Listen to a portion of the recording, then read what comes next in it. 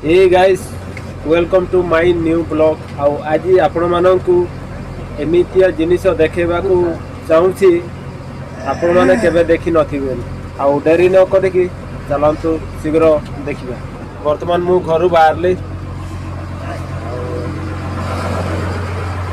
ବର୍ତ୍ତମାନ ଖରା ବି ଟିକେ ବେଶୀ ଦେଇଦେଇଛି ଆଉ ସେଥିପାଇଁ ଅନ୍ଧାରିଆ ଦେଖାଯାଉଛି।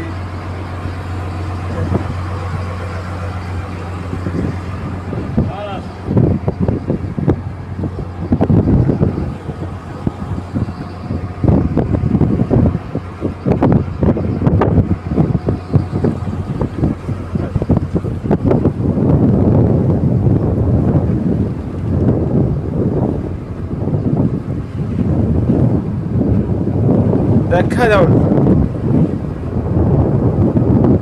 ସାଙ୍ଗମାନେ ବର୍ତ୍ତମାନ ଆଗ କ୍ୟାମେରା ଦେଖାଯାଉନି ଆମେ ବର୍ତ୍ତମାନ ପଛ କ୍ୟାମେରାରେ ଦେଖିବା।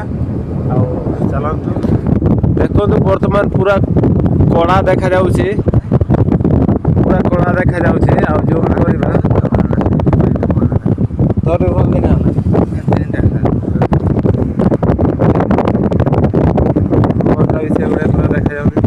ଆଉ ବର୍ତ୍ତମାନ ଖରା ଦେଇଛି ସେଥିପାଇଁ ଅନ୍ଧାରିଆ ଦେଖାଯାଉଛି। ଆଉ ଏଇଟା ହେଉଛି ବିରାଟରୁ ବିରାଟ ବହୁତ ବଡ଼ ଜାହାଜ ଆପଣମାନେ ଠିକ୍ ଦେଖିପାରୁଛନ୍ତି।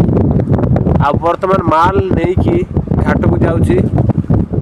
ଦେଖିପାରୁଛନ୍ତି କେଉଁ ପଇସା ଦେଇ ତିଆରି କରିଛି ମୁଁ ବି ଜାଣିପାରୁନାହିଁ।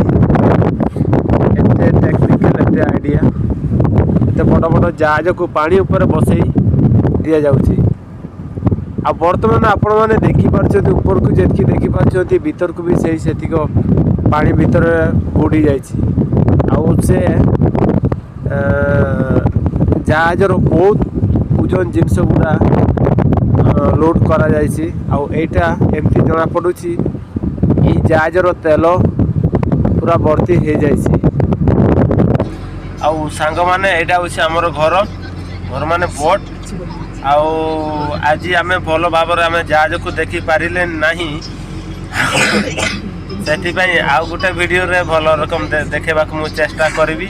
ଆଉ ସେଥିପାଇଁ ଆପଣମାନେ ଲାଇକ୍ ସବସ୍କ୍ରାଇବ୍ ନିହାତି ଭାବରେ କରିଦେବେ ଆଉ କମେଣ୍ଟ ମଧ୍ୟ କରିଦେବେ। ଆଉ ଠିକ୍ ଅଛି ଆଜି ପାଇଁ ରହୁଛି। ଜୟ ଜଗନ୍ନାଥ, ବାଏ।